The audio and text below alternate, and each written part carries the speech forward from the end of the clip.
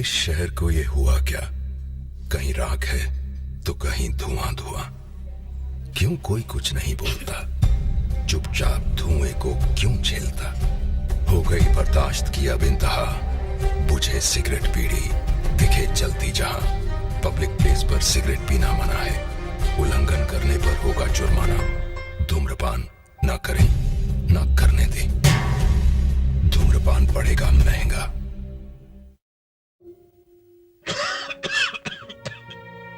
खुशी कौन नहीं चाहता, लेकिन किस कीमत पर। धूम्रपान महंगा पड़ता है। धूम्रपान आपके लिए हानिकारक है और आपके चाहने वालों के लिए भी। धूम्रपान पड़ेगा महंगा।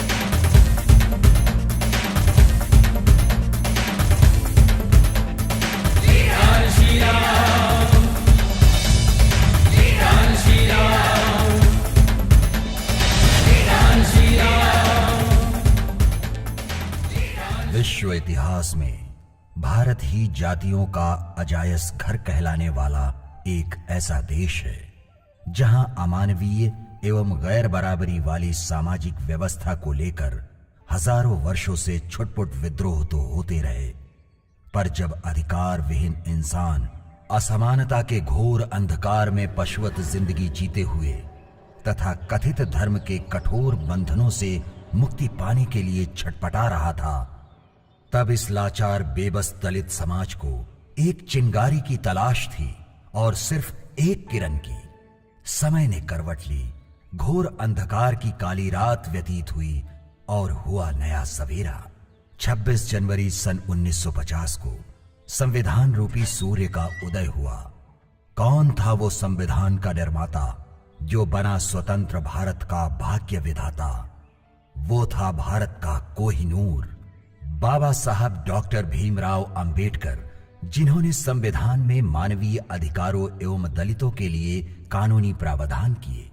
फिर एक दिन यह ज्ञान का सूरज अधूरे सपनों को छोड़कर भारतीय क्षितिज में 6 दिसंबर 1956 को अस्त हो गया।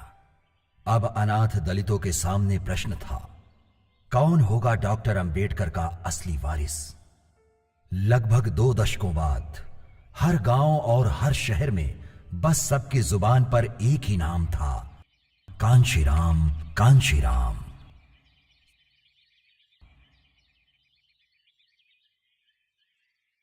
मानवर कांशीराम साहब के बचपन का सवाल है जी। इनके पिता का नाम हरि सिंह था, सिख परिवार से थे जी, और वो बचपन से ही बड़े स्वाभिमानी जी व्यक्ति थे। वो किसी सामाजिक बंधनों में नहीं बंधना चाहते थे। काशीराम साहब जी का जन्म 15 मार्च 1934 में खुआसपुर गांव, जिला रोपड़, पंजाब में हुआ।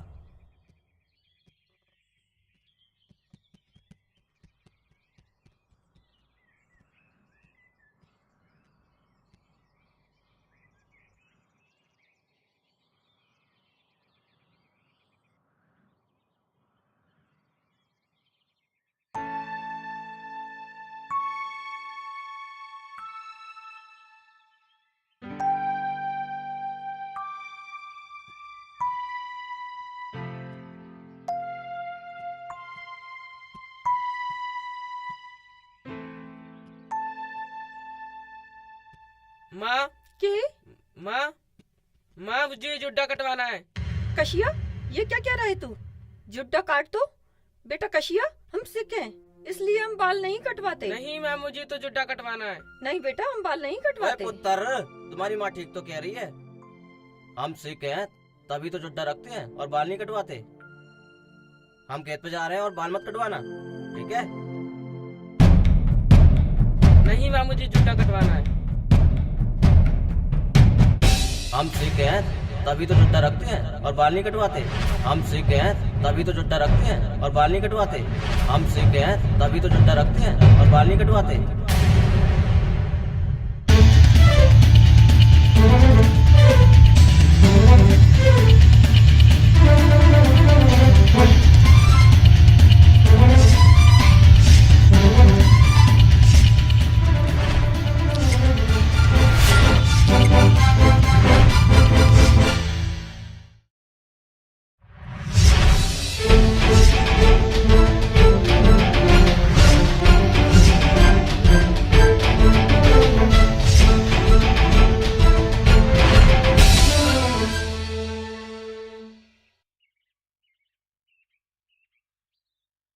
अरे कसिया, तूने ये क्या किया?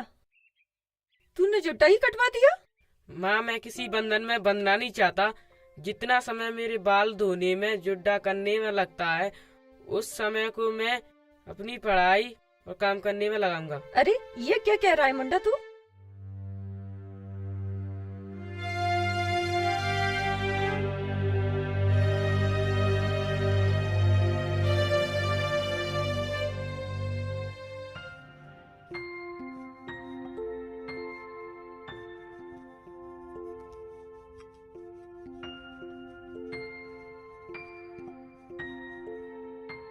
पुत्र, अच्छे से पढ़ाई वढ़ाई करना, हमारा भी नाम रोशन करना और अपना भी नाम रोशन करना।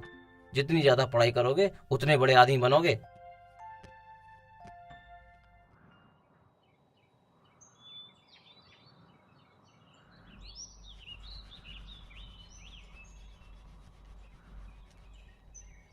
काशीराम साहब पढ़ाई के साथ साथ काम करने एवं कुश्ती लड़ने में बड़े ही माहिर थे।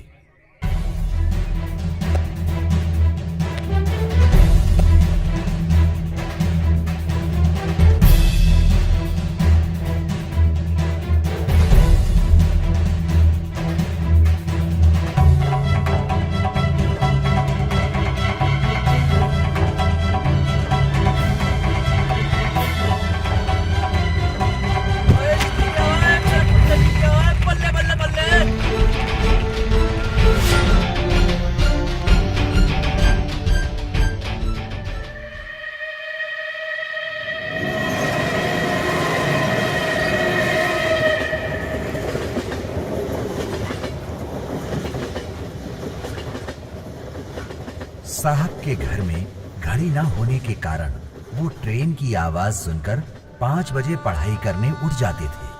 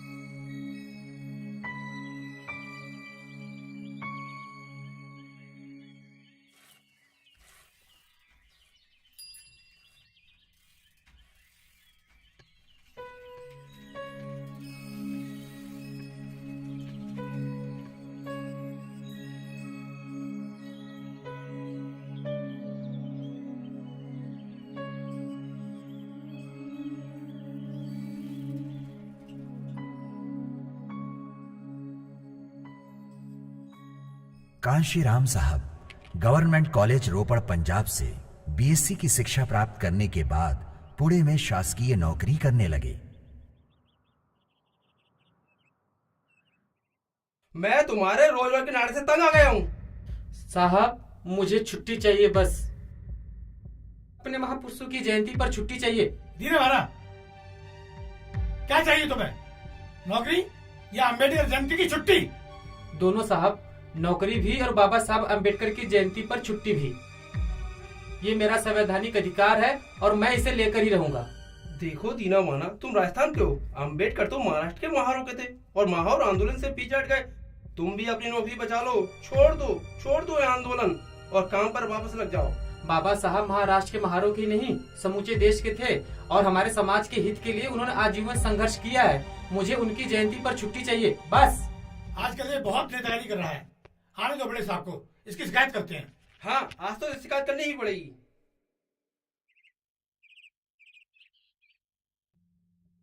साहब नमस्ते सर।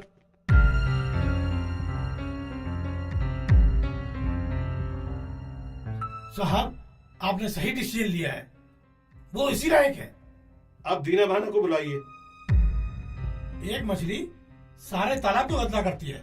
ये सारे कर्मचारियों को भड़का रहा है कि अम्बेडकर जयंती की छुट्टी चाहिए, इसलिए सारे कर्मचारी भड़क रहे हैं।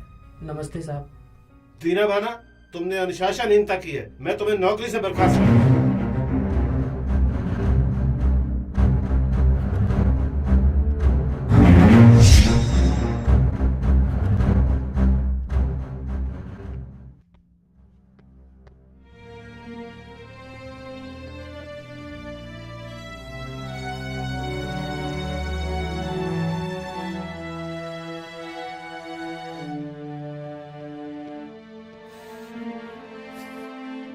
क्या हुआ अंदर दीना भाना?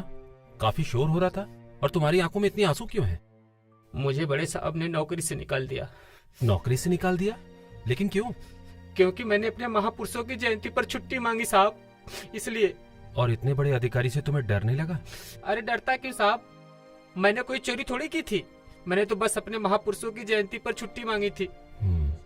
अच्छा आप बताओ साहब, क्या अपने महापुरुषों की जयंती पर छुट्टी लेना हमारा अधिकार नहीं है? दीना भाना, अधिकार मांगे नहीं जाते हैं, छीने जाते हैं। मांगी तो सिर्फ भीख जाती है और तुम होके अधिकार मांग रहे हो। तो फिर इस अन्याय के खिलाफ मैं कोर्ट में जाऊंगा साहब। उसके लिए वकील करना पड़ेगा। इतने पैसे हैं तुम्हारे पास? 10 रुपए महीने का मैं दे सकता हूँ साहब। आओ चलो मेरे साथ।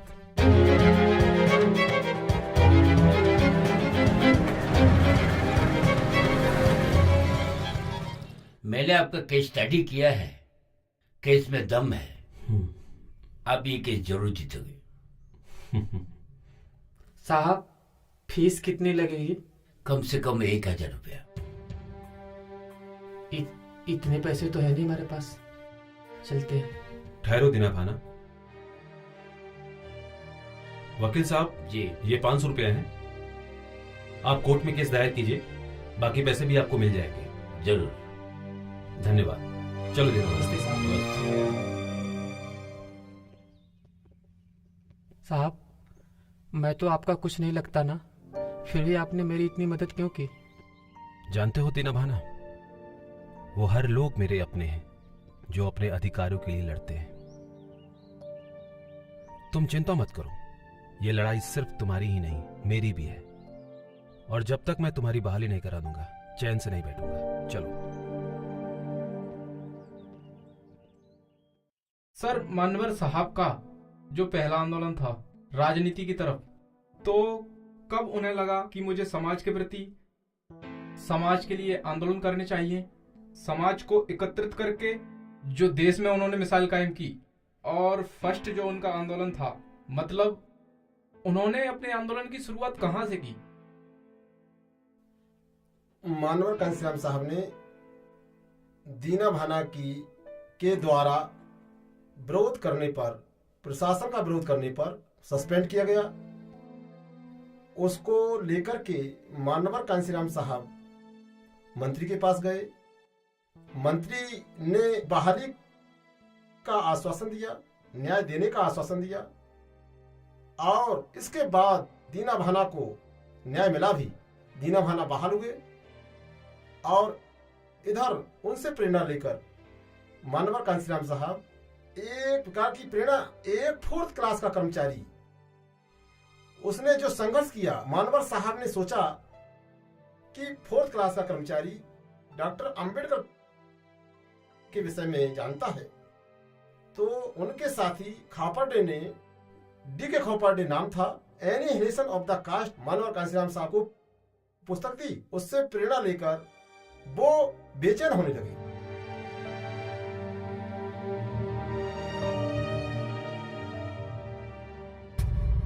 क्या हम इसी तरह आजाद भारत में अपने महापुरुषों को अपमानित करवाते रहेंगे और खुद भी अपमानित होते रहेंगे? आखिर इस अंधेरे से उजाले तक जाने का रास्ता क्या है? और न जाने कितने लोग इसी तरह परेशानियों का सामना कर रहे होंगे। बस बहुत हो गया, अब हम चुप नहीं रहेंगे।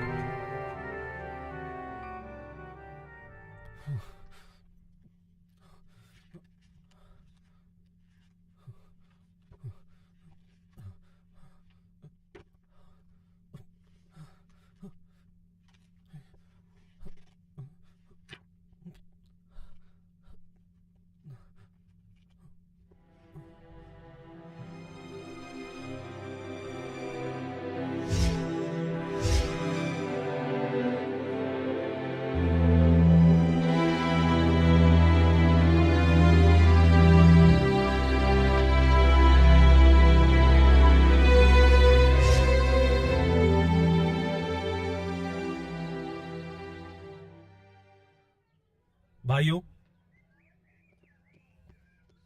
मैं आप सबसे पूछना चाहता हूं कि बाबा साहब ने सब कुछ इस दीना भाना के लिए किया था, जो इनकी जयंती पर अवकाश के लिए सिर्फ इन्हीं ने प्रयास किया, जिसके फलस्वरूप इनको बर्खास्त कर दिया गया।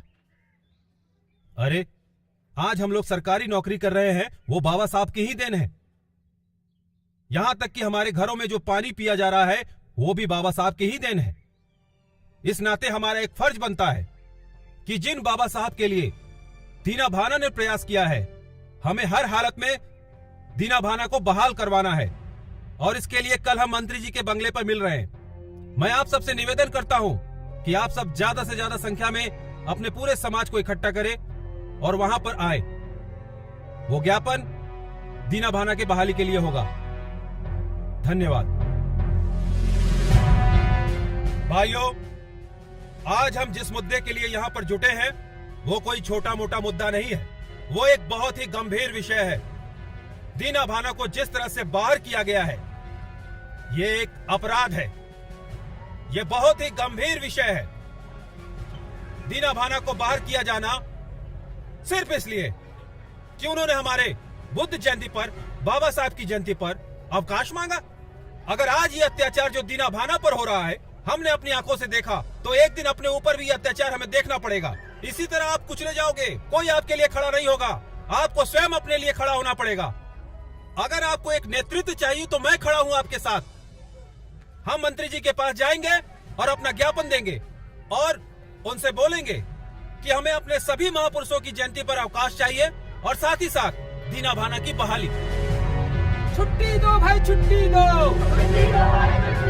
महापुरुषों की जयंती पे छुट्टी दो।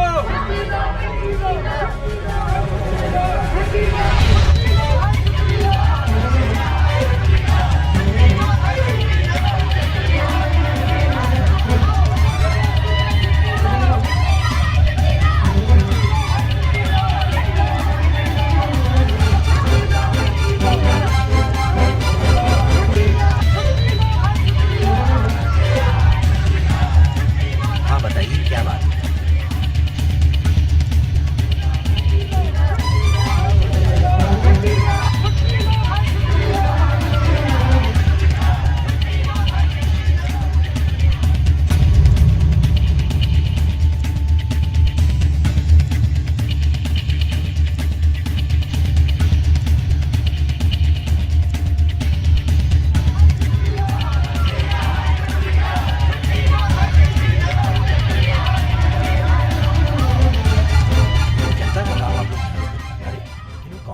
देखो भाई ये लोग कौन है? नमस्कार मंत्री जी।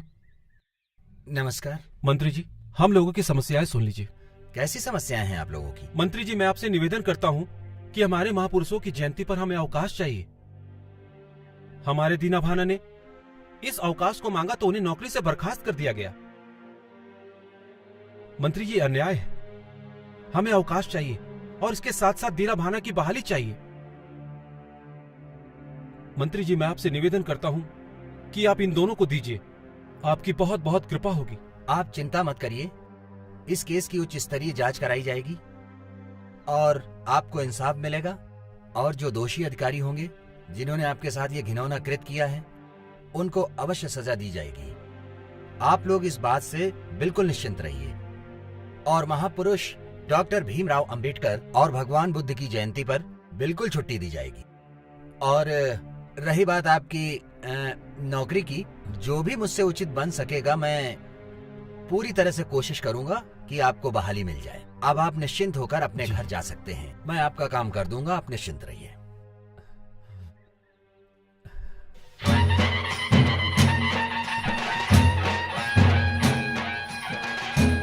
बहुत बहुत धन्यवाद मंत्री जी, बहुत बहुत धन्यवाद।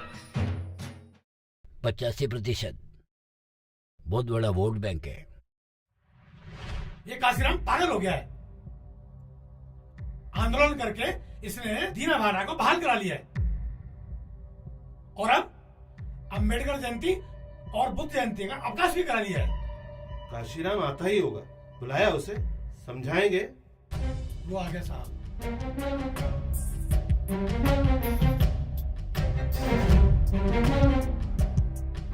जी, आपने मुझे बुलाया? काशीराम, तुम्हें अपने काम से काम रखना चाहिए। दीना भाना चतुर्थ श्रेणी कर्मचारी है, एक अधिकारी और कर्मचारी का क्या मेल? मेरा और उसका सबसे बड़ा मेल ये है कि वो चूड़ा भंगी है और मैं चमार, और हम दोनों की तो राजिया भी एक है। और जिसने मेरे भाई की तरफ बुरी निगाह डाली मैं उसकी आंखें निकाल लूंगा। चलता हूं। ठीक है साहब।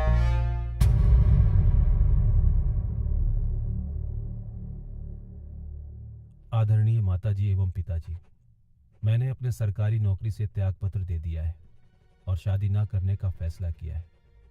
और मेरे कुछ अहम प्रतिज्ञाएं हैं जो मैं आपको बताना चाहता हूं। अनुसूचित जातियों एवं जनजातियों, पिछड़ा वर्गों तथा अल्पसंख्यकों कर्मचारियों का जब तक शक्तिशाली संगठन नहीं बनता तब तक इन वर्गों की कोई सुनवाई नहीं हो सकती।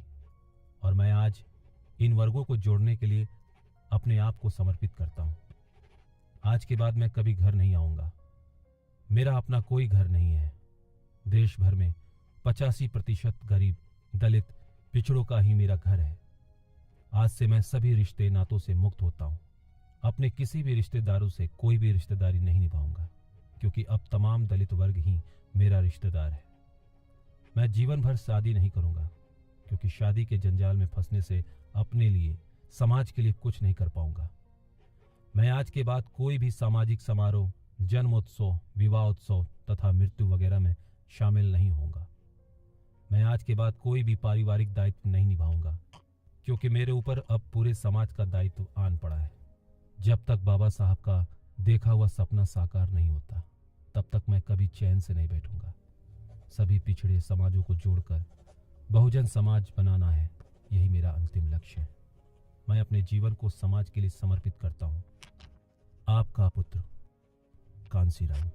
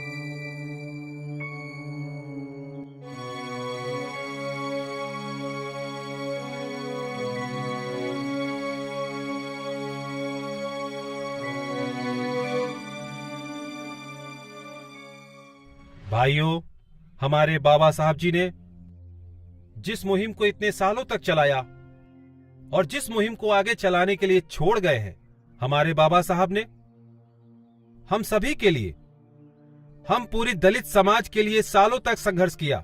मैं आप सभी को बताना चाहता हूं कि कैसे ये मुट्ठी भर समाज, हम पूरे बहुजन समाज को अपने मुट्ठी में लिए हुए हैं। सिर्फ थोड़ी सी पढ़ाई लिखाई करके हम सबको अपने पीछे लगाए हुए हैं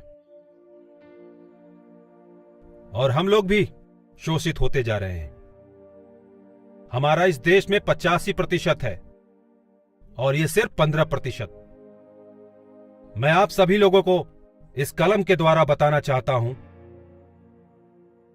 कि ये ढक्कन वो 15% लोग हैं और बाकी 85% हमारा बहुजन समाज।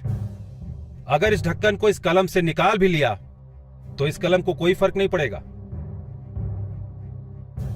ये वैसा ही काम करेगी जैसा करती आई है, लेकिन ये 15% बेकार है। इसे हम फेंक भी सकते हैं, पर हम इसे फेंकेंगे नहीं। हम ये नहीं करते जो ये करते आए। हम इसको अपने साथ ही जोड़कर रखेंगे, इसके पीछे लगाकर। क्योंकि हमें यह बताना है कि हमारी शांति का मतलब यह नहीं कि हमें हमेशा दबाया जा सकता है। जिस दिन यह बहुजन समाज खड़ा हो गया, इन 15% लोगों को हम इस देश से बाहर फेंक सकते हैं, लेकिन हमने हमेशा भाईचारा चाहा है और हमेशा उसी पे अडिग रहेंगे। लेकिन कभी ये इन लोगों को मौका नहीं देंगे कि ये हमारा हक भी छीन ले। हमें अपना हक अब खुद उनसे छीनना पड़ेगा। भाइयों, आप इस कांसीराम का सहयोग करो। मैं आपसे वादा करता हूं कि वही हक वापस दिलाऊंगा जिसके लिए हमारे बाबा साहब जीवन भर संघर्ष करते रहे। कांसीराम साहब, तुम संघर्ष करो। हम तुम्हारे साथ हैं। कांसीराम साहब, तुम संघर्ष करो। हम तुम्हारे साथ हैं।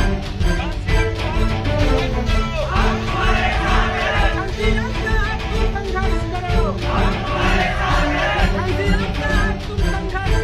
हम तुम्हारे साथ हैं। कांसीराम साहब, तुम संघर्ष करो। हम तुम्हारे साथ हैं। कांसीराम साहब, तुम संघर्ष करो। हम तुम्हारे साथ हैं।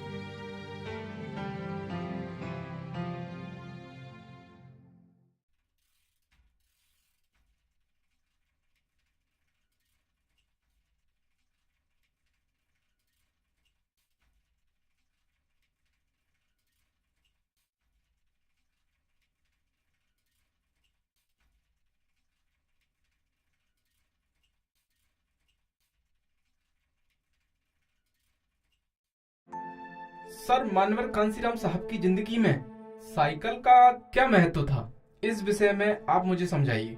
देखिए, मानवर कांसीराम साहब की साइकिल 2 पहिए और 2 पैर कहा करते थे। मानवर कांसीराम साहब 2 पहिए और 2 पैरों के जरिए मुझे संघर्ष करना है, और इसलिए वो एक लोहे के वाहन ना कहें उसको कांसीराम साहब का एक रथ था, उस पे सवार होकर के वो लोगों से संघर्ष कर रहे थे जिन लोगों ने सदियों से अत्याचार दलित शोषित पीड़ितों पर किए थे।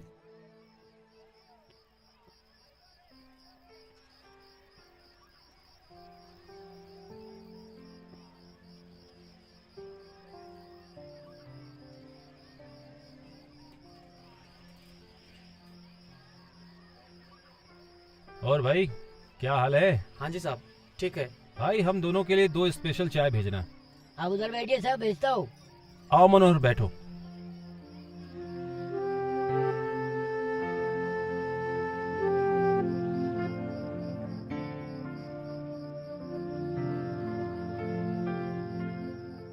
ये लो साहब चाय।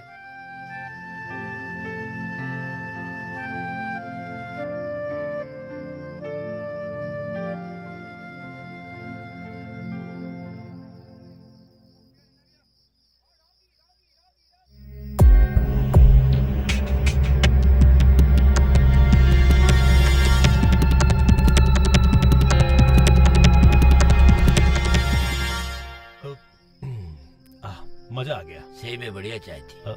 लाओ, चलो। भाई चाय बहुत अच्छी थी, क्यों आटे? हाँ जी, अच्छी हाँ थी जी, ना? बहुत बढ़िया चाय थी। कितना हुआ? 50 पैसे हुए साहब। बस ये लो। हाँ? साइकिल का है? चाबी तो मेरे पास है, साइकिल तो अभी यही थी। अरे यहाँ थी तो गई कहाँ? अरे मुझे क्या पता, मैंने तो यही खड़ी की थी। अभी इधर आओ। यहाँ साइकिल थी? कैसी साइकिल? मुझे पता नहीं साइकिल सर। तुझे साइकिल के बारे में नहीं मालूम? सर अभी थाने ले जाकर 2 घंटे पड़ेंगे, तुझे पता पड़ेगा। साइकिल मालूम तुझे कहाँ है? साइकिल कहाँ है? मुझे माफ कर दो साहब, मुझे माफ कर दो साहब, गलती हो गई साहब, मुझे माफ। जल्दी जाओ और लेके आओ, साइकिल लेके आओ। सबके सब जुड़े हैं यहाँ पे। अगर साइकिल नहीं मिली ना, तुम सब थाने जाओगे।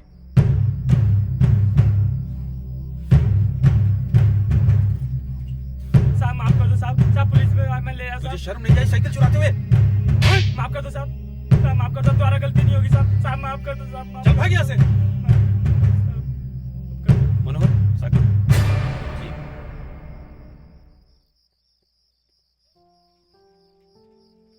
मेरे लिए साइकिल लोहे का बहाना नहीं है, मेरे लिए मेरी मूवमेंट को बढ़ाने का सबसे महत्वपूर्ण साधन है। इसी साइकिल पर सवार होकर मैं बहुजन समाज की मूवमेंट को बनाने के लिए घूमता हूँ। अगर ये साइकिल मेरे पास नहीं होगी तो मूवमेंट आगे बढ़ाने में परेशानी होगी, इसीलिए मैं परेशान हो गया था। खैर छोड़ इन बातों को। मनोहर, कल सुबह में जल्दी मिलना है, समझ गए? मीटिंग में जाना है, ठीक है? सर मेरी माँ बहुत बीमार है, कल सुबह में आ नहीं पाऊंगा। बीमार है? हाँ साहब, उनको दमे की बीमारी है। तो तुमने मुझे बताया नहीं? आपको बता नहीं पाया। मनोहर, तुमने मुझे बताया नहीं। कोई बात नहीं, तुम जाओ, जल्द से जल्द घर पहुंचो और अपनी माँ का ख्याल रखो। जी साहब। टेंशन मत लो, जाओ। पर साहब, मनोहर बोला ना एक बार, जाओ, चलो।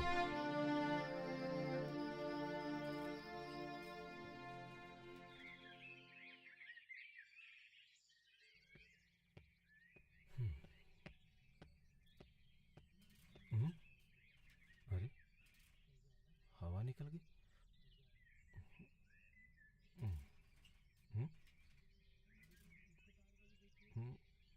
इसकी भी हवा निकली।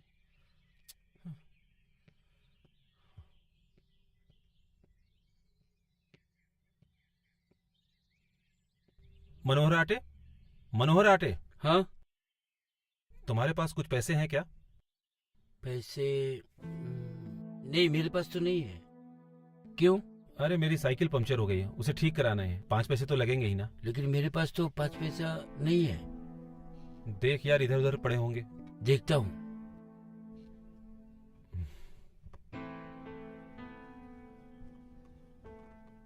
नहीं यार, मेरे पास तो बिल्कुल ही नहीं। एक काम करो, मेरी साइकिल ले जाओ। तुम्हारे साइकिल में भी हवा नहीं है। ट्रेन का टाइम भी हो गया है, मैं पैदल ही चला जाता हूँ।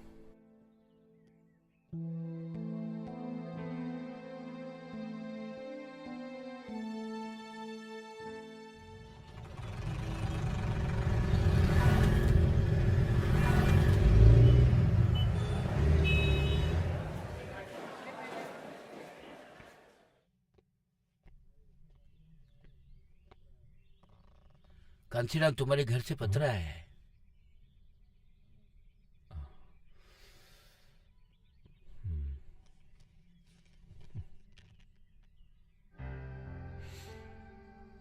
प्रिय पुत्र कांशीराम, बेटा तुम्हारी शादी के लिए बहुत सारे रिश्ते आ रहे हैं और हम शादी के बोझ से हटना चाहते हैं। आज नहीं तो कल शादी करनी ही है। पास के गांव से एमएलए गुणवंत सिंह जी के घर से उनकी बेटी का रिश्ता आया है और तुम्हारे पिताजी भी यही चाहते हैं कि तुम्हारी शादी हो और घर में बहू आए, और हम भी यही चाहते हैं कि तुम घर जल्दी आ जाओ। तुम्हारी माता बिशन कौर। कांसीराम, क्या हुआ? कुछ नहीं, घर वाले चाहते हैं कि अब मैं शादी कर लूं।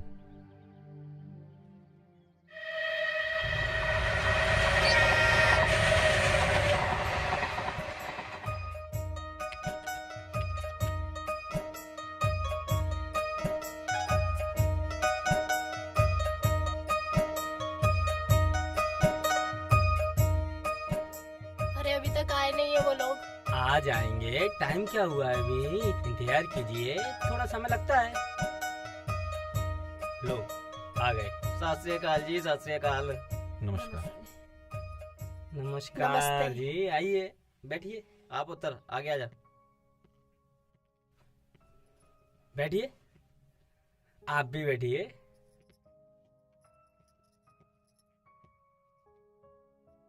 हाँ तो काशीराम जी, जी, कहाँ सर्विस चल रही है आपकी? विज्ञान भवन पुणे महाराष्ट्र। अच्छे, तारीफ है। नेताजी बड़ी मेहनत करके इस मुकाम पर पहुंचा है काशीराम, और मेरा भी नाम रोशन किया है। अच्छा, बड़ा मेहनती बच्चा लगता है। बहुत अच्छे। देख क्या बात है। अरे यार, बचपन से मेरे कशिया को पढ़ने की बहुत लगन है। अच्छा सुनो जी, मेहमानों के लिए चाय नाश्ता लेकर आओ, जल्दी लेकर आओ। जाओ जाओ। हाँ जी, आपको आने में कोई तकलीफ तो नहीं हुई? अरे नहीं नेताजी, आने में कोई तकलीफ नहीं हुई।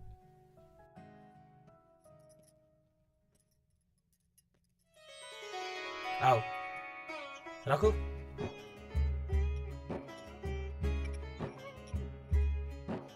नमस्ते जी। बैठो बैठो बैठो। नमस्ते नमस्ते। बेटी, तुम्हारा नाम क्या है? मंजीत कौर। लड़की तो अच्छी है। अच्छा, आप लोग बातें कीजिए। आइए, मैं आपको अपना मकान दिखाता हूँ। आइए आइए आइए आइए। हाँ जी, चलिए चलिए।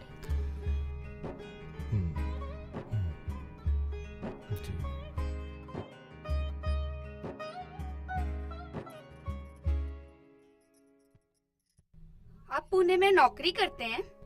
जी, और आप?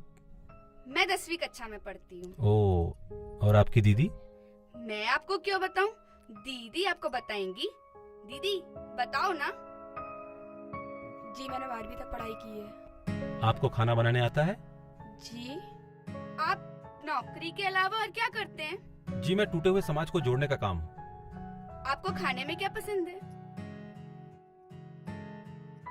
आप कुछ सोच रही हैं? हाँ जी, कुछ नहीं।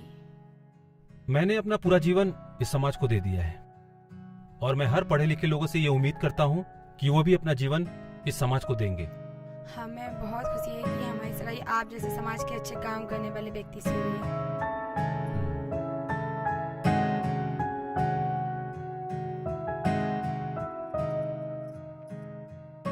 आइए आइए, बैठिए। लड़का कैसा लगा? बढ़िया है। लड़की पसंद है? जी। तुम्हें कैसा लगा? मुझे तो पसंद। और तुम्हारी दीदी को? उनको भी जीजा जी। हाय, क्या बात है। हाँ जी, तो ये रिश्ता पक्का समझा जाए? हाँ हाँ, हमारी तरफ से हाँ है। तो फिर अगले महीने इसका मुहूर्त निकलवा लेते हैं। हाँ हाँ जी, बिल्कुल।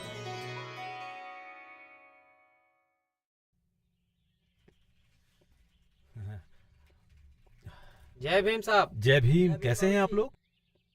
सर्दी ज्यादा पड़ रही है, आप बाबूजी कोट खरीद लीजिए अपने लिए। हाँ, बात तो आप सही कह रहे हो। सर्दी बढ़ गई है, कोट लेना पड़ेगा। जय भीम। जय भीम। जय भीम।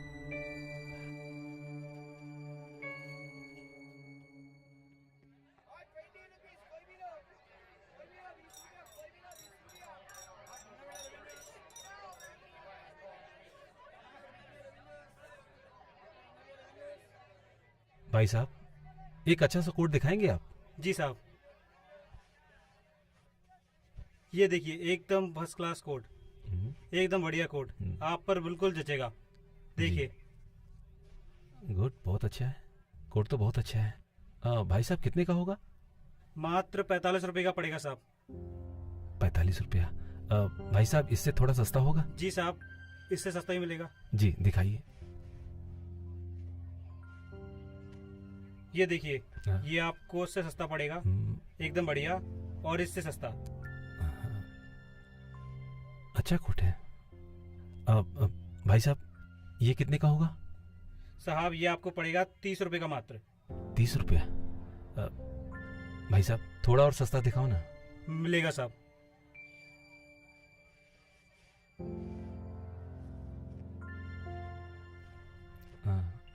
ये आखिरी कोट है साहब।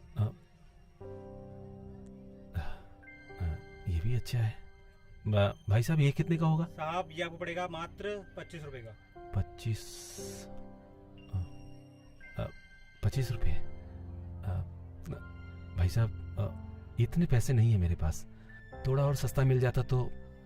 साहब ये साहब हमारी दुकान का सबसे सस्ता कोट है। अब इससे सस्ता कोट तो हमारे पास नहीं है। इससे सस्ता कोट अगर आपको चाहिए तो पीछे मरघट खाना बना है, आप वहां जाइए और वहां से खरीद लिए कोई सस्ता कोट। अरे वाह भाई साहब, आपने तो एकदम पते की बात कही। वहां तो वाकई में सस्ता मिल जाएगा। बहुत बहुत धन्यवाद भाई साहब, बहुत बहुत धन्यवाद, बहुत बहुत धन्यवाद। अजीब आदमी है यार। तो उन्होंने कहा कि भाई इससे सस्ता 30-40 रुपए से सस्ता अगर लेना है तो ये तो शमशान घाट पर ही मिलेगा। इसलिए तो उन्होंने फिर बड़े सहज भाव से शमशान घाट की तरफ चल दिए। और शमशान घाट पर ये कितने त्याग की बात है कि शमशान घाट पर 5 रुपए का उन्होंने कोट खरीद कर पहना। ये बात नहीं है कि उनके पास पैसे नहीं थे, वो इस पैसे का सदुपयोग समाज हित में चाहते थे, इसलिए वो 5 रुपए का कोट खरीद करके सर्दी से बचना चाहते थे।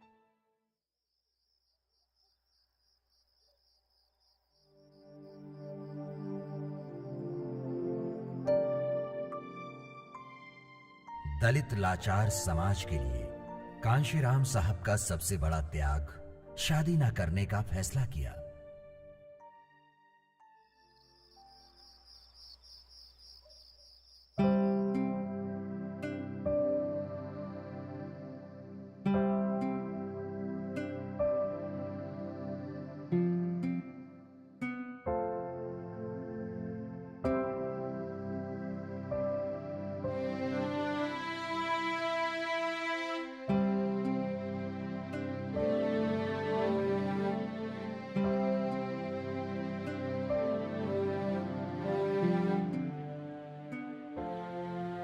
क्या हुआ दीदी, आप इतनी परेशान क्यों लग रहे हो?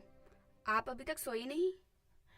पता नहीं जसप्रीत, उन्होंने शादी के लिए मना क्यों कर दी, और ना जाने वो क्या कर रहे होंगे इस समय। कोई नहीं, सो जाओ आप, सो जाओ दीदी।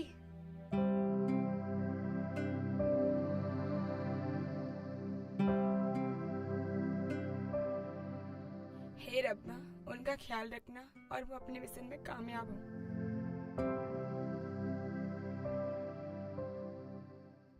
जय भीम भाइयों।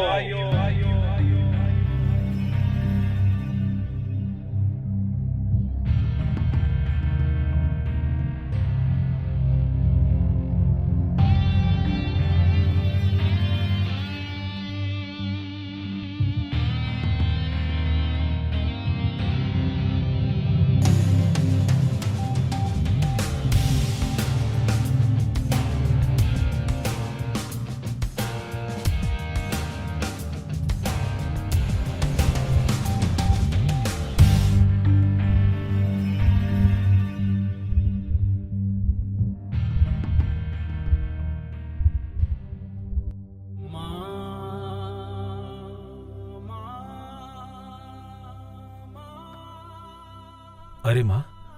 अरे कशिया, तू हमें बिल्कुल ही भूल गया। तुम्हें हमारी याद नहीं आती?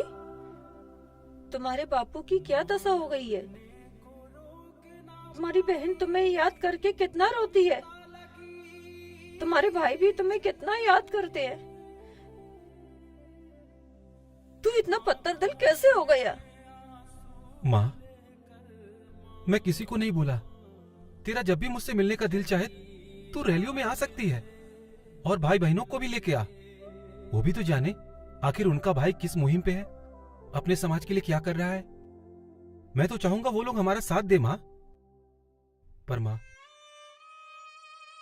मेरी माँ, मैं बिल्कुल भी पत्थर दिल नहीं हुआ। मुझे आप सबकी याद आती है।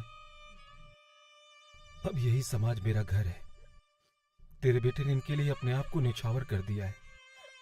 अपने बेटे को समझ मां, इस कुर्बानी के लिए तू उसे कमजोर ना बना। मेरी मां,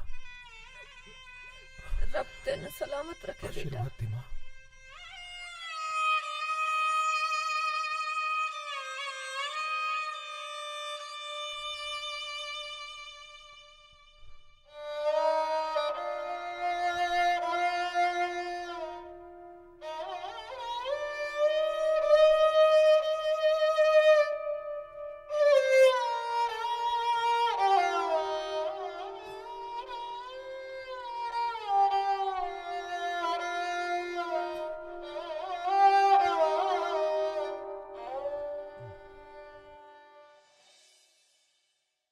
हम आगे भी संघर्ष को जारी रखेंगे और मैं आप सबसे वादा करता हूं कि हम कभी कमजोर नहीं पड़ेंगे।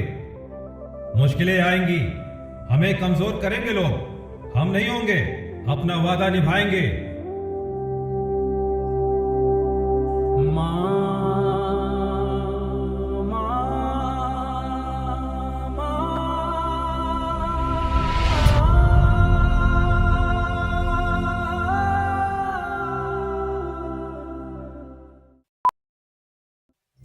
इस शहर को ये हुआ क्या? कहीं राख है तो कहीं धुआं धुआं। क्यों कोई कुछ नहीं बोलता? चुपचाप धुएं को क्यों झेलता? हो गई बर्दाश्त की अब इंतहा। बुझे सिगरेट बीड़ी दिखे चलती जहां। पब्लिक प्लेस पर सिगरेट पीना मना है, उल्लंघन करने पर होगा जुर्माना। धूम्रपान ना करें, ना करने दें, धूम्रपान पड़ेगा महंगा।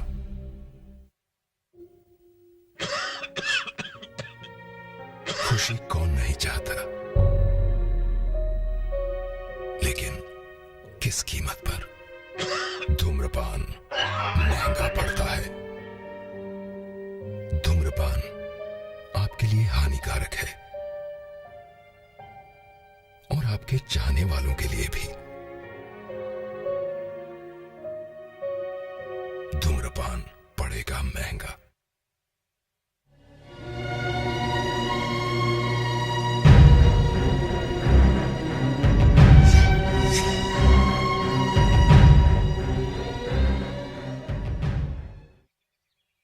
प्यारे हरिजन साथियों, जातिगत पक्षपात सम्मेलन में आप सभी का स्वागत है। आज के हमारे मुख्य अतिथि माननीय मंत्री जी, माननीय दुबे जी और माननीय समाजसेवी बहन जी और हमारे प्रिय हरिजन साथियों, आप सब यहां पर आए इसके लिए मैं बहुत आभारी हूं। अब मैं इस सभा के संबोधन के लिए माननीय मंत्री जी को मंच पर आने के लिए आमंत्रित करता हूं। आइए मंत्री।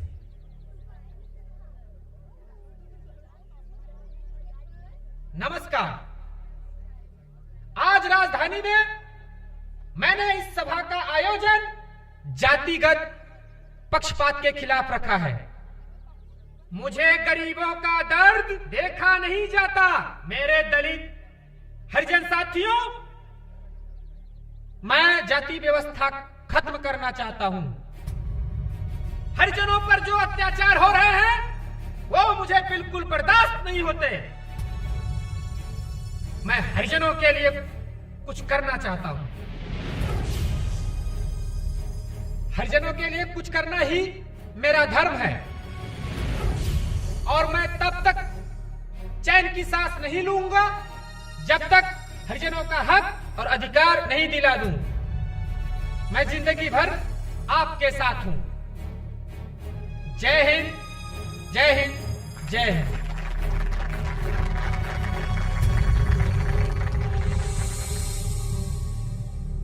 भाइयों, अगली कड़ी में मैं माननीय समाज सेवी बहन जी को माइक पर आमंत्रित करता हूं। नमस्कार साथियों। मेरे जहन में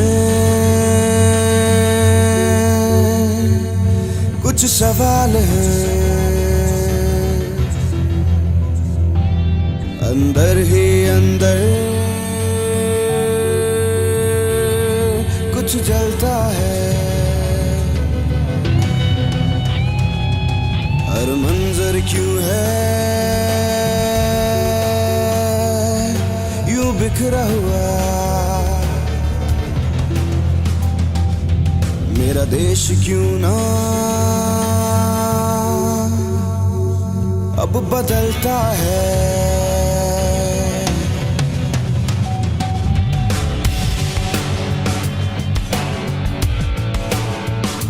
मेरे ज़हन में कुछ सवाल है, अंदर ही अंदर जलता है, हर मंजर क्यों है बिखरा हुआ, मेरा देश क्यों ना बदलता है। बदलाव चाहिए, बदलाव चाहिए, इस भ्रष्ट तंत्र से निजात चाहिए।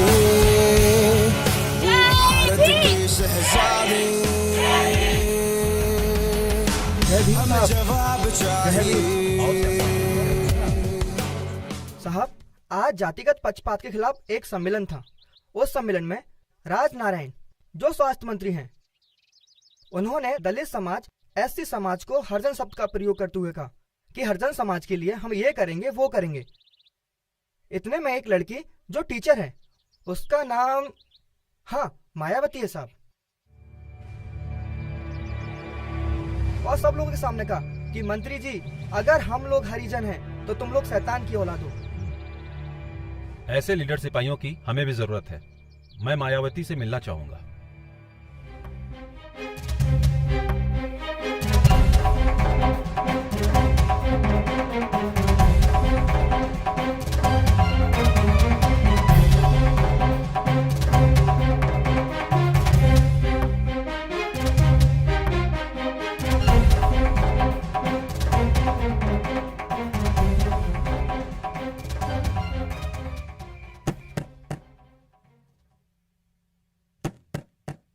माया, देखो तो इतनी देर रात कौन आया है।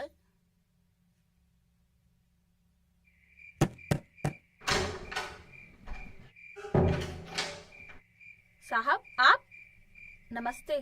जय भीम। आइए।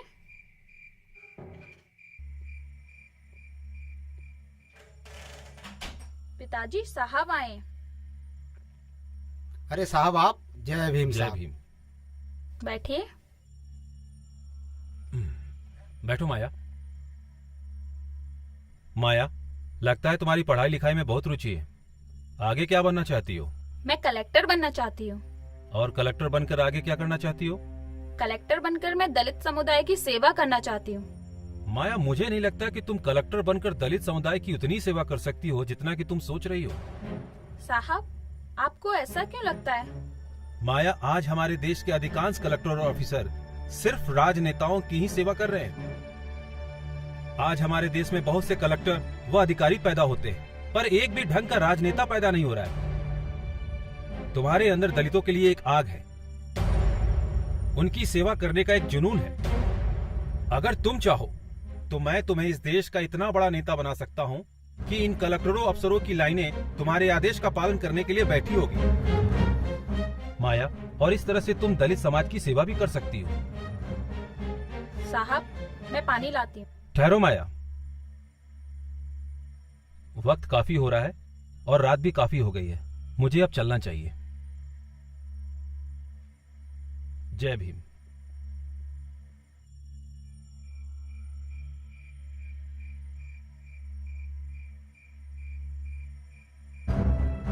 माया, मुझे नहीं लगता कि तुम कलेक्टर बनकर दलित समुदाय की उतनी सेवा कर सकती हो जितना कि तुम सोच रही हो। माया, आज हमारे देश के अधिकांश कलेक्टर और ऑफिसर सिर्फ राजनेताओं की ही सेवा कर रहे हैं। आज हमारे देश में बहुत से कलेक्टर व अधिकारी पैदा होते हैं, पर एक भी ढंग का राजनेता पैदा नहीं हो रहा है। तुम्हारे अंदर दलितों के लिए एक आग है, उनकी सेवा करने का एक जुनून है।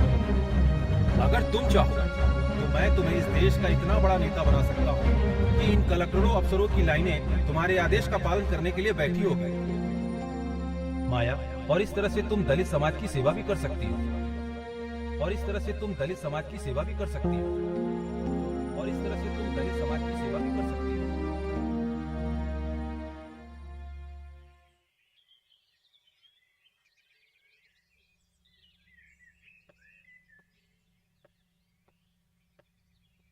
माया, क्या सोचा तुमने काशीराम साहब की बातों पर? पिताजी, साहब की एक बात तो बिल्कुल सही थी। जिस समाज में राजनीतिक दल और नेताओं को निशाने साधने की आदत हो, वहाँ एक सरकारी अफसर का योगदान तो सीमित होकर रह जाता है। पिताजी, मैं जा रही हूँ, मुझे स्कूल के लिए देर हो रही है।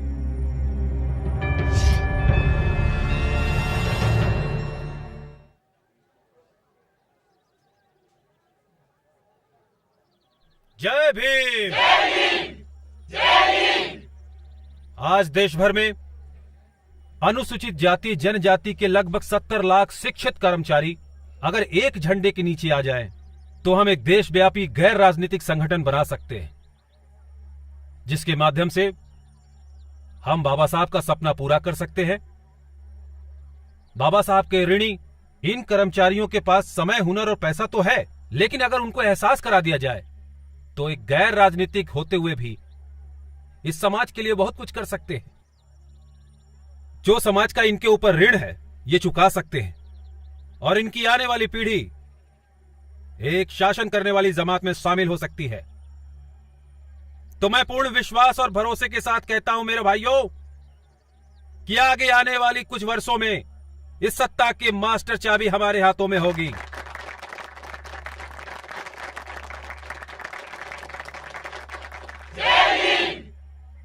भाइयों, हमारा अंतिम लक्ष्य इस देश में शासन करना नहीं है। हमारा अंतिम लक्ष्य दलितों, पिछड़ों और शोषितों को इस समाज में अधिकार दिलाना है, ताकि वो समानता का अधिकार पा सके। बाबा साहब ने कहा था कि छुआछूत समाप्त करना मेरा जन्मसिद्ध अधिकार है और इन सभी समाज को समानता का अधिकार बिना राजनीतिक सत्ता के नहीं दिलाया जा सकता। और इस देश में वही समाज उन्नति करते हैं जो राजनीतिक सत्ता से संपन्न होते हैं। अपने इस महान उद्देश्य को पाने के लिए आप इस पागलपन की सभी हदों को पार कर जाइए।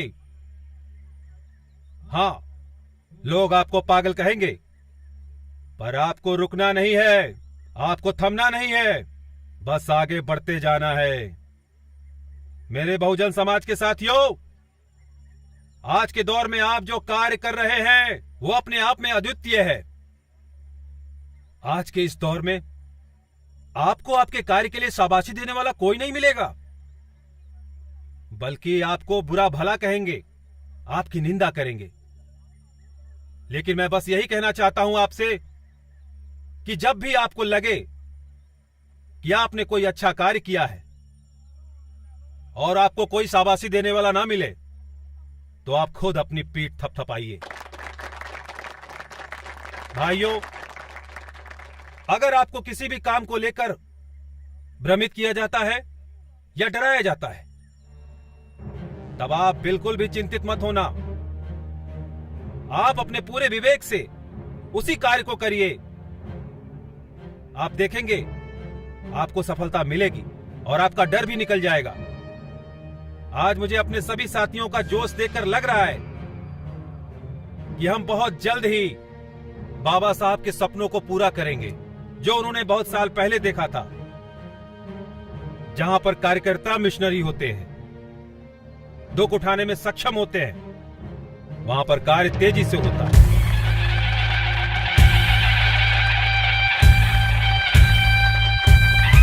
काशीराम जी संघर्ष करो, हम तुम्हारे साथ हैं। काशीराम जी संघर्ष करो, हम तुम्हारे साथ हैं। काशीराम जी संघर्ष करो, हम तुम्हारे साथ हैं।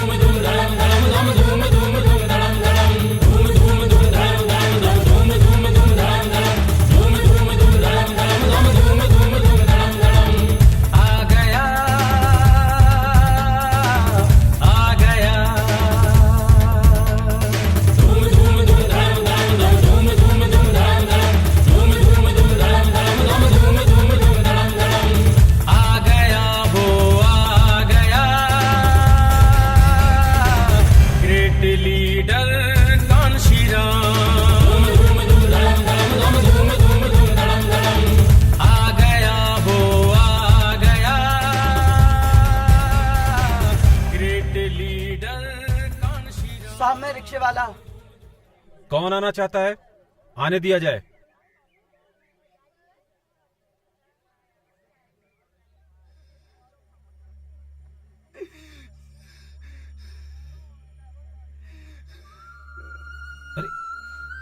क्या कर रहे हो? कौन हो भाई?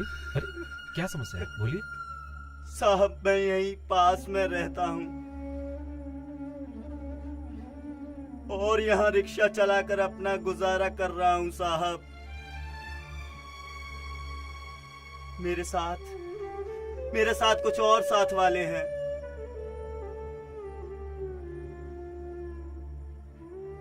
साहब हम सब बहुजन समाज की सरकार चाहते हैं साहब, तभी हमारा भला हो सकता है साहब, तभी हमारा भला हो सकता है। नहीं तो हम ऐसे ही कीड़े मकोड़ों की तरह रेंग के मर जाएंगे साहब, मर जाएंगे।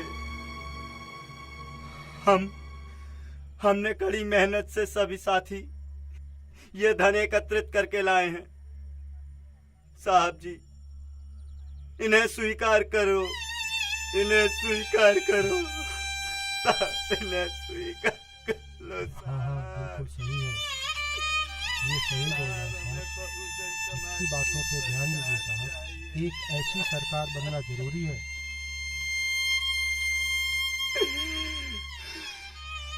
तभी हमारा उद्धार होगा साहब। अब आपको ही आगे आना पड़ेगा, हम सब आपके साथ हैं। जब तक बहुजन समाज की सरकार नहीं बनेगी तब तक हमारा उद्धार नहीं होगा साहब।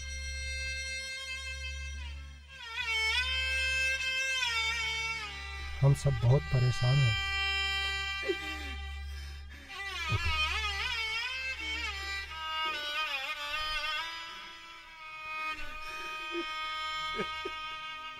इस गरीब की चाहत, इसके अंदर का जुनून, त्याग महसूस किया आपने?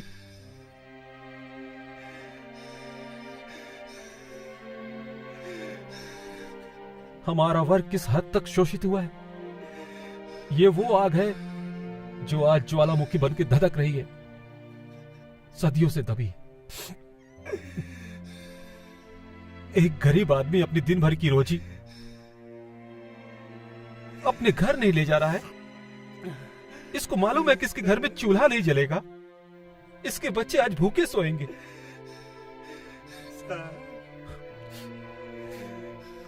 अपने समाज को देख रहा है, अपने समाज के लाखों बच्चों को देख रहा है, देख रहा है कितने और भूखे सोते हैं। इतना बड़ा त्याग, इतना बड़ा बलिदान तो भगवान भी नहीं छोड़ सकता। चाचा आप देख रहे हो ना, आप देख रहे हो ना, ये क्रांति आई है, युग बदल रहा है, हमें खड़ा होना आ गया है, हमें लड़ना आ गया है। मुझे तुम पे गर्व है। ग्रेट लीडर कांशीराम,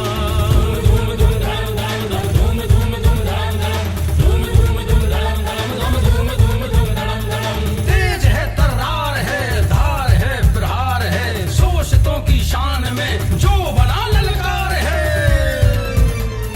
राजनीति में किया कमाल, चलता है शेरों की चाल, जो सदियों से थे कंगाल किया उसी ने मालामाल। ढोंगी सरकारों को वो सबक सिखाता है, राजनीति की दुनिया में तूफान लाता है। अरे ऐसा लीडर है जो सोती कौम जगाता है, अरे एक नोट और एक वोट का पाठ पढ़ाता है। जो जख्मों पे मरहम लगाए अधिकार सबको दिलवाए, जो जख्मों पे मरहम लगाए अधिकार सबको दिलवाए। सच बोला हो कर निडर, वो कहलाया, वो कहलाया।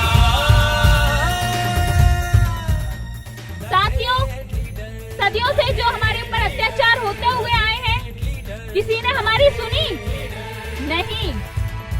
बाबा साहेब ने जो सपना देखा था वो धरा का धरा रह गया। उस सपने को पूरा करने के लिए आज ये महापुरुष हमारे साथ हैं। मैं जानती हूँ आप सभी के साथ अत्याचार हुआ होगा, आपके साथ हुआ है, आपके साथ भी हुआ होगा।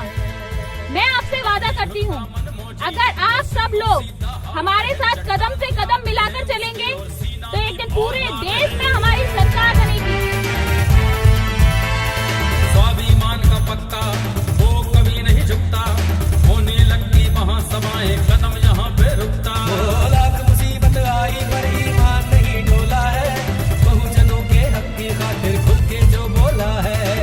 आ गया वो कांसी राम तेरी नेक कमाई, कांसी राम तेरी नेक कमाई।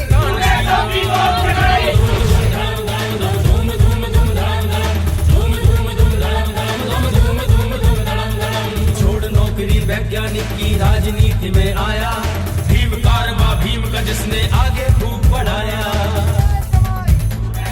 दो पहिया दो पैर का गाना गांव गांव में गाया, मजलूमों ने समझा जिसको अम्बेडकर का साया। लड़ी लड़ाई निर्धनों की जिसने पूरे मन से, करी रैलियां घूम घूम के छोटे संसाधन से। वो है ग्रेट लीडर, वो है ग्रेट लीडर, वो है ग्रेट लीडर, वो है ग्रेट लीडर, वो है ग्रेट लीडर।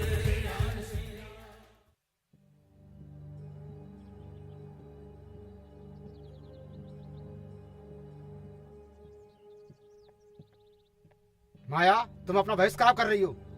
छोड़ दो काशीराम जी का साथ और अपनी नौकरी और पढ़ाई पर ध्यान दो।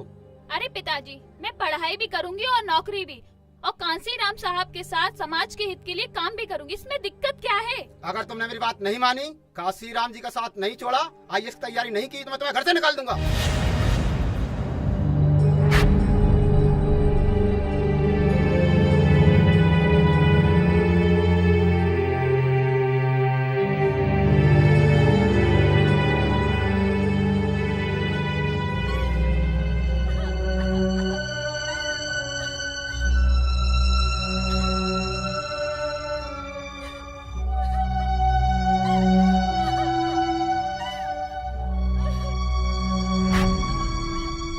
तुम्हारे अंदर दलितों के लिए एक आग है, उनकी सेवा करने का एक जुनून है। अगर तुम चाहो तो मैं तुम्हें इस देश का इतना बड़ा नेता बना सकता हूँ कि इन कलेक्टरों अफसरों की लाइनें तुम्हारे आदेश का पालन करने के लिए बैठी होगी। तुम्हारे अंदर दलितों के लिए एक आग है, उनकी सेवा करने का एक जुनून है। अगर तुम चाहो तो मैं तुम्हें इस देश का इतना बड़ा नेता बना सकता हूँ कि इन कलेक्टरों अफसरों की लाइनें तुम्हारे आदेश का पालन करने के लिए बैठी होगी। तुम्हारे अंदर दलितों के लिए एक आग है, सेवा करने का एक जुनून है। अगर तुम चाहो तो मैं तुम्हें इस देश का इतना बड़ा हमारे आदेश का पालन करने के लिए।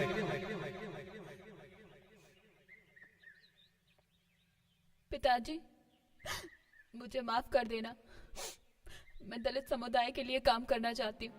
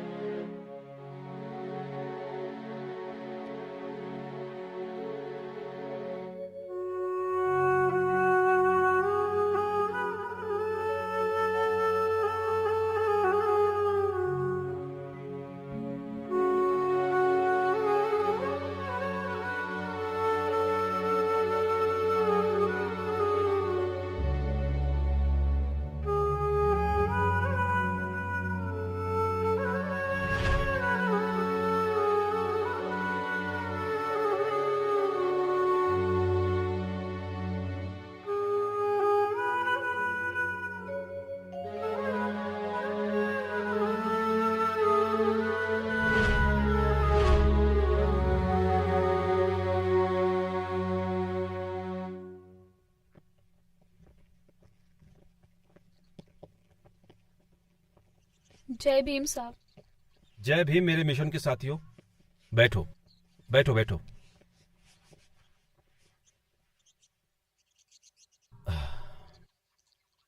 क्या हुआ माया, इतना दुखी क्यों हो? साहब, मैंने घर छोड़ दिया है। घर छोड़ दिया? लेकिन क्यों? साहब, पिताजी कहते हैं या तो सब छोड़कर IAS की तैयारी करो या घर छोड़ दो, इसलिए मैंने घर छोड़ दिया। क्योंकि मैंने फैसला कर लिया है, मैं अपने समाज के लिए अपना सारा जीवन समर्पित करती हूँ। माया, मुझे तुम पर गर्व है और हम दोनों मिलकर अपने समाज की तरक्की के लिए कुछ भी करेंगे और अंबेडकर जी का सपना पूरा करेंगे। सदियों से दलित समाज के उत्थान के लिए संघर्षरत कांसीराम साहब को बहन मायावती के रूप में एक नया अवतार मिला, जिसके माध्यम से कांसीराम साहब और बहन मायावती ने दलित समाज और बहुजन समाज की एकता को एक सूत्र में बांधने का प्रयत्न शुरू किया। बहन मायावती बहुमुखी प्रतिभा की धनी थी और पढ़ी लिखी भी थी। इस तरह से बहन मायावती ने दलित समाज की महिलाओं को शिक्षित कर एक सूत्र में पिरोने का काम शुरू कर दिया। बहन कुमारी मायावती मान्यवर कांसीराम साहब की एक अविश्वसनीय ताकत बन के उभरी।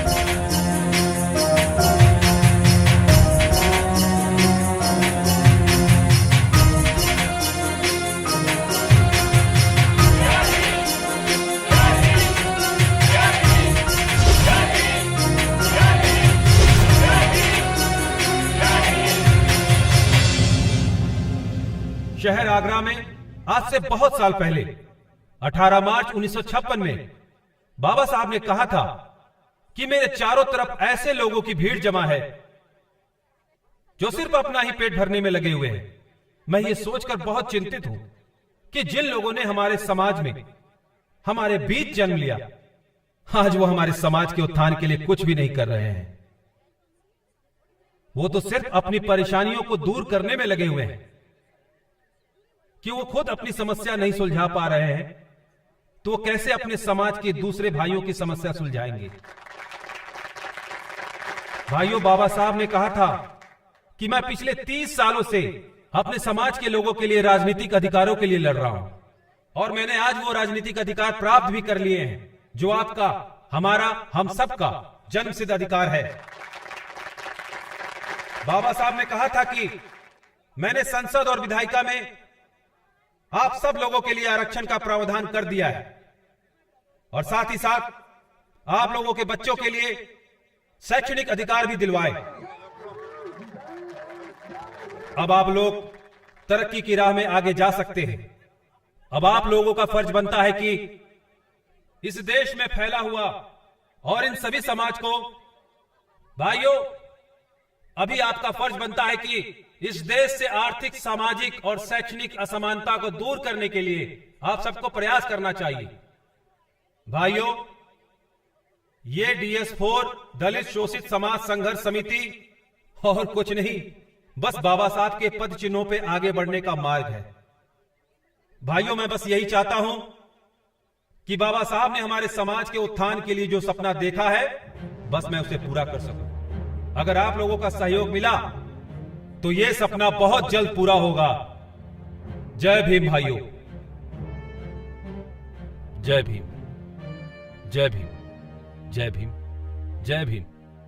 नमस्ते कांसीराम जी, किस किस समाज के लोग आपसे नहीं जुड़े हैं? सर, क्षत्रिय, ब्राह्मण और बनिया छोड़ के हर कोई DS4 है। कांसीराम जी, एक आखिरी सवाल और। मंदिर और मस्जिद को लेकर इस समय काफी दंगे हो रहे हैं, इस विषय में आपकी क्या राय है? पत्रकार महोदय जी, मंदिर और मस्जिद हमारा कभी मुद्दा न था, न कभी होगा। हमारा मुद्दा तो सिर्फ रोजी और रोटी है और इस बारे में मैं सिर्फ यही कहना चाहता हूं कि मंदिर मस्जिद आपका सवाल और रोटी कपड़ा मेरा सवाल। जय भीम।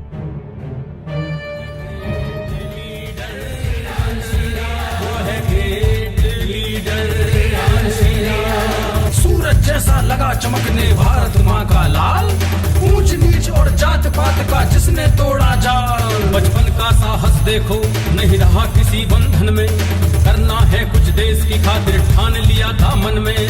तोड़ दिए सब रिश्ते नाते, छोड़ी अपनी मिट्टी, जीवन भर ना घर आऊंगा, लिख दी माँ को चिट्ठी। वो है ग्रेट लीडर, वो है ग्रेट लीडर, वो है ग्रेट लीडर, वो है ग्रेट लीडर।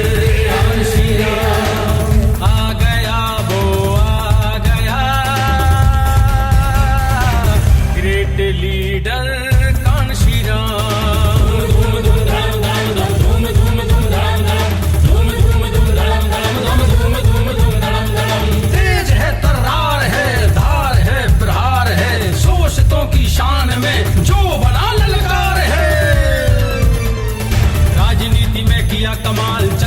शेरों की चाल, जो सदियों से थे कंगाल किया उसी ने माला माल। ढोंगी सरकारों को वो सबक सिखाता है, राजनीति की दुनिया में तूफान लाता है। अरे ऐसा लीडर है जो सोती कौम जगाता है, अरे एक नोट और एक वोट का पाठ पढ़ाता है। जो जख्मों पे मरहम लगाए अधिकार सबको दिलवाए, जो जख्मों पे मरहम लगाए अधिकार सबको दिलवाए। सच बोला हो कर निकल, वो कहलाया the great leader, the great leader, the great leader, the great leader.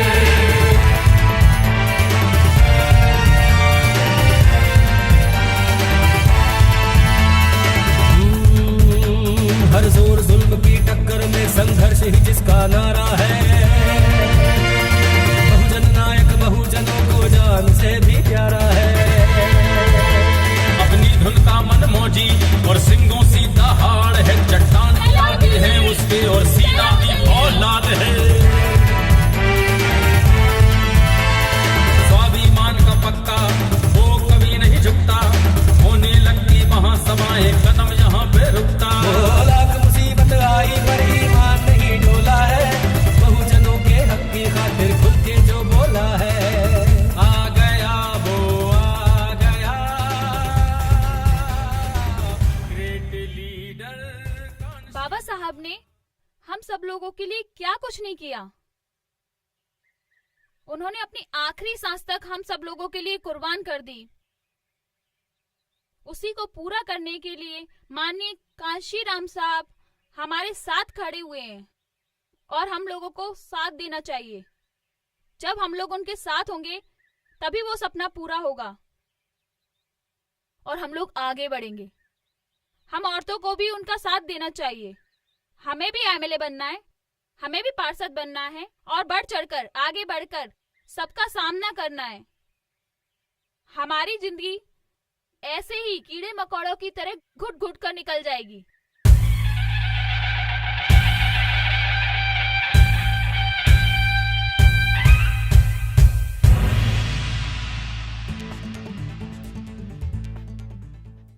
क्या भीमा, सुना है कोई रैली निकल रही है इधर? आ रही है काशीराम की रैली आ रही। कौन है काशीराम? अरे लीडर, दलितों का लीडर। यहाँ से निकलेगी? और नहीं तो क्या। एक काम कर, निकलने दे, आ इनकी रैली बताता हूँ। कल तक हमारे टुकड़ों पर पले थे, आज नेता बनने चले। यही है क्या? हाँ यही है 10-12 लोग। अच्छा, सामने वाला लीडर है? वही है। हमने क्या किया? क्या देख रहा है बे? चल आगे बढ़। बड़ी नेता नगरी चढ़ी है, रुक अभी निकालता हूँ।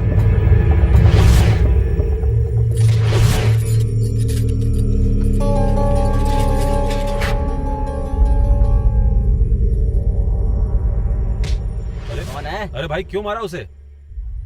आप कौन हो भाई साहब, पहले ये तो बता दो। मेरा नाम कांशीराम है। अच्छा, तो आप लीडर हो इन सबके? देखिए मैं हाथ जोड़ता हूँ आपसे, आप अच्छा। हमें हमारा काम करने दीजिए। हमारे पास आप जैसे लोगों के लिए बिल्कुल भी समय नहीं है। तू जा यार, हम निपट लेंगे, आप जाओ। तेरी तो मेरे इलाके में गुंडागर्दी कर रहा है, मालूम है तेरे को? पकड़ नहीं तो सस्पेंड कर दूंगा तेरे को। ये रहे, पकड़ो इनको। मारो, पकड़ो। मारो तुम लोग, इसको समझाओ। छोड़ो यहाँ से, छोड़ो यहाँ से, छोड़ो। दंगे करोगे? चलो सारे। 1 मिनट रुकिए इंस्पेक्टर साहब, आप किस गुनाह पे अरेस्ट कर रहे हैं हमारे साथियों को? ये गुंडागर्दी कर रहे थे। इंस्पेक्टर साहब, गुंडागर्दी ये लोग नहीं कर रहे थे, गुंडागर्दी ये छिछोरे लोग कर रहे थे। साहब मैं नहीं हूँ साहब, ये लोग बाहर से साहब, इन्होंने मुझे मारा है साहब। तुम नेतागिरी कर रहे हो? चलो थाने। मैं नेतागिरी नहीं दिखा रहा हूँ इंस्पेक्टर साहब, मैं आपसे विनती करता हूँ आप सच्चाई को देखिए, उसके बाद कोई कदम उठाइए। तुम सरकार बनाओगे? चलो। हम थाने आके जमानत नहीं कराएंगे, हम यहीं बैठकर धरना देंगे और अपने साथियों को छुड़ा के ले जाएंगे। अरे ऐसे कैसे धरना दोगे? इन सबको इकट्ठा करके कहाँ लेके जा रहे हो? सरकार बनाओगे?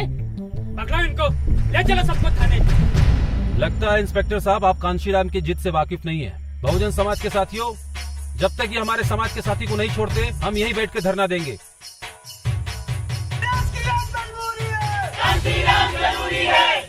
सर छोड़ दो, थाने चलो, इनका संगठन मजबूत दिख रहा है।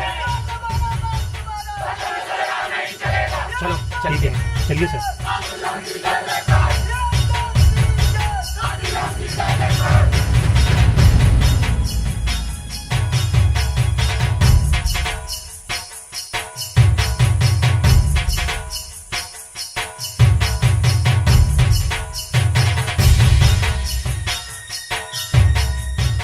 देखा भाइयों आप लोगों ने, हमारे एकता की शक्ति। इसी तरह आगे बढ़ते रहेंगे, कहीं नहीं रुकेंगे। कांसीराम तेरी न्याय कमाई, और फिर वो वक्त आ गया था जब पूरा बहुजन समाज एक मंच पर खड़ा था। एक तरफ कांसीराम साहब का संघर्ष था तो दूसरी तरफ बहन कुमारी मायावती जी का पूरा बहुजन समाज देश का नेतृत्व करने के लिए तैयार थी और सदियों से झेल रहे अत्याचार के विरुद्ध बिगुल बज चुका था। और आज का दिन था बहुजन समाज पार्टी की ललकार का।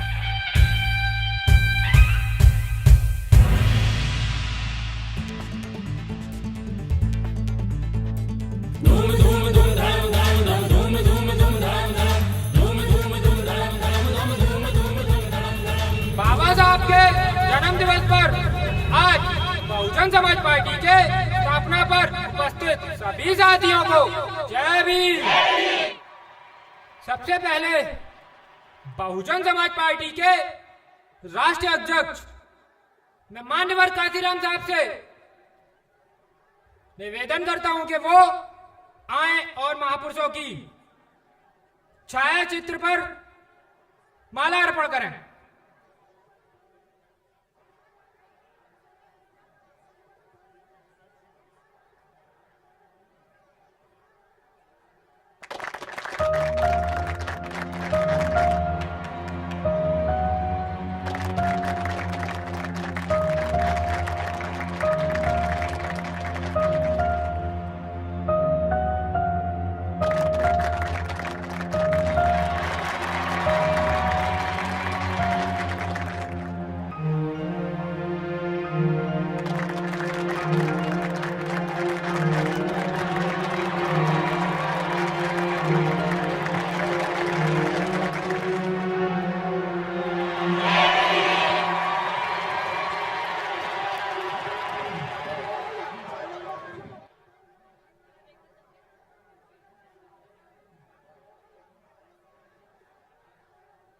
इस शुभ घड़ी पर मैं माननीय कांसीराम साहब से अनुरोध करता हूं कि वो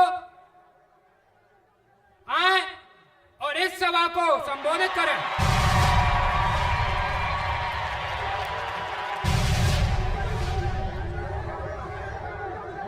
जय भीम भाइयों। भाइयों, मैं सबसे पहले अपने बहुजन समाज में जन्मे इन महापुरुषों के चरणों में नमन करता हूं। भाइयों, आज आजादी के 37 वर्षों बाद भी हम लोग जानवरों की तरह जी रहे हैं, मगर अब इंसान बनने का वक्त आ गया है। सामाजिक परिवर्तन हमारा प्रमुख उद्देश्य है, हमारा अंतिम उद्देश्य है पूरे भारतवर्ष में राज्य करना। और भाइयों, मांगने वाला नहीं, देने वाला बहुजन समाज बनाएंगे। भाइयों, क्या आपको मालूम है कि सभी दलों की ताकत हमारा ये बहुजन समाज ही है। हमें विकास करना होगा और साथ ही साथ यह साबित करना होगा कि हम बाबा साहब की ही संतान हैं। भाइयों, पूरे भारतवर्ष में 6,743 जातियां हैं जिन्हें जोड़कर हमने बहुजन समाज बनाया है। आज हर बड़े समाज के लोग बड़े गर्व के साथ कहते हैं कि मैं ठाकुर हूं, मैं ब्राह्मण हूं, मैं वैश्य हूं? हमारे पास क्या बचा है बोलने के लिए? अब हम गर्व से कहेंगे भाइयों, हम बहुजन समाज के लोग हैं। मेरा तो स्वाभिमानी मिशन है भाइयों, और स्वाभिमानी मिशन कहता है कि 100 साल तक बकरी की तरह मिमिया मिमिया के जीने से अच्छा है एक दिन शेर की तरह दहाड़ के जिया जाए।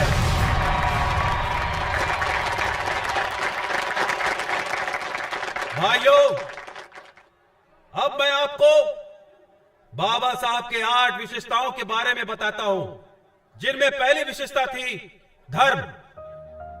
बाबा साहब ने कहा था कि सभी मनुष्य एक ही मिट्टी से बने हैं, उन्हें हक है कि उन्हें समानता का अधिकार मिले। हमें 2 शत्रुओं से लड़ाई करनी है, जिनमें से एक है मनुवाद और दूसरा पूंजीवाद। दूसरी विशेषता है विद्या एवं परिश्रम का महत्व। अधिकारों के लिए संघर्ष करना, वो आत्मसम्मान के लिए जीना ही श्रेष्ठ जीवन है। और तीसरी विशेषता है जातिवाद। जातिवाद को समाप्त करके ही स्वराज को सुरक्षित किया जा सकता है। देश की सभी समस्याओं की जड़ ही है ये जातिवाद। चौथी विशेषता के अंतर्गत बाबा साहब ने कहा था कि मैंने जिस समाज में जन्म लिया है, अगर मैं उसी समाज की समस्या हल नहीं कर पाया तो मैं स्वयं को गोली मार लूंगा। सामाजिक प्रगति राजनीति प्रगति पर ही निर्भर करती है। जब तक हमारे आंदोलन में महिलाएं हिस्सा नहीं लेती, तब तक हम मानव अधिकार प्राप्त करने में सफल नहीं हो सकते।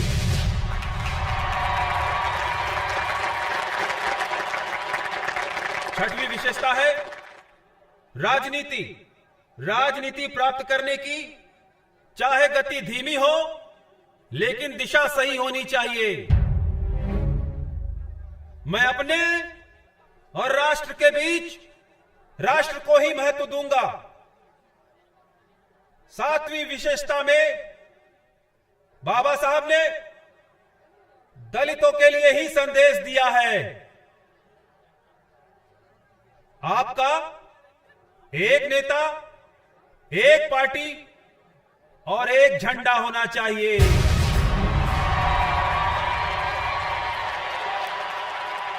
मैं अपने सारे दलित युवाओं से कहना चाहता हूं कि वो शिक्षा और बुद्धि में किसी से कम नहीं है। साथियों, इतिहास को भूल जाने वाले कभी इतिहास नहीं बना सकते। आखिर कब तक चलेगा ये चमचा योग? अब आने वाले समय में हमें इस चमचा युग को समाप्त करना है। भाइयों, जरा उन्हें भी तो एहसास करा दिया जाए कि बलि बकरे की दी जाती है, शेर की नहीं। तो भाइयों, अब दहाड़ने का समय आ गया है। दहाड़ो, जितनी जोर से दहाड़ सकते हो दहाड़ो। जय भीम।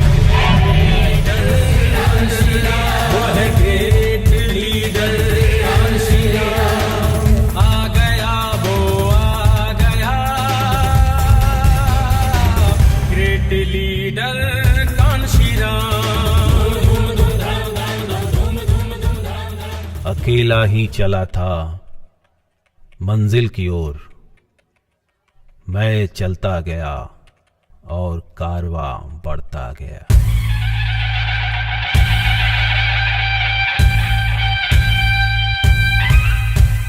धूम धूम धूम धाम धाम धाम, धूम धूम धूम धाम धाम, धूम धूम धूम धाम धाम धाम, धूम धूम धूम धाम धाम। आ गया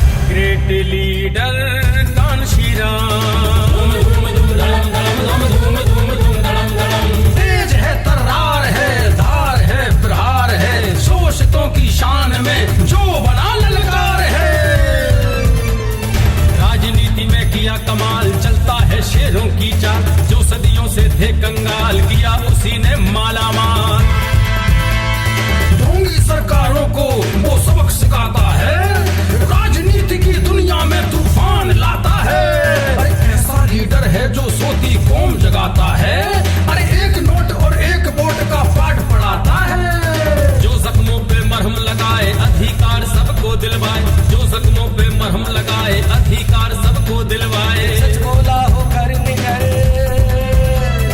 वो कहलाया, वो कहलाया the great leader, the great leader, the great leader, the great leader.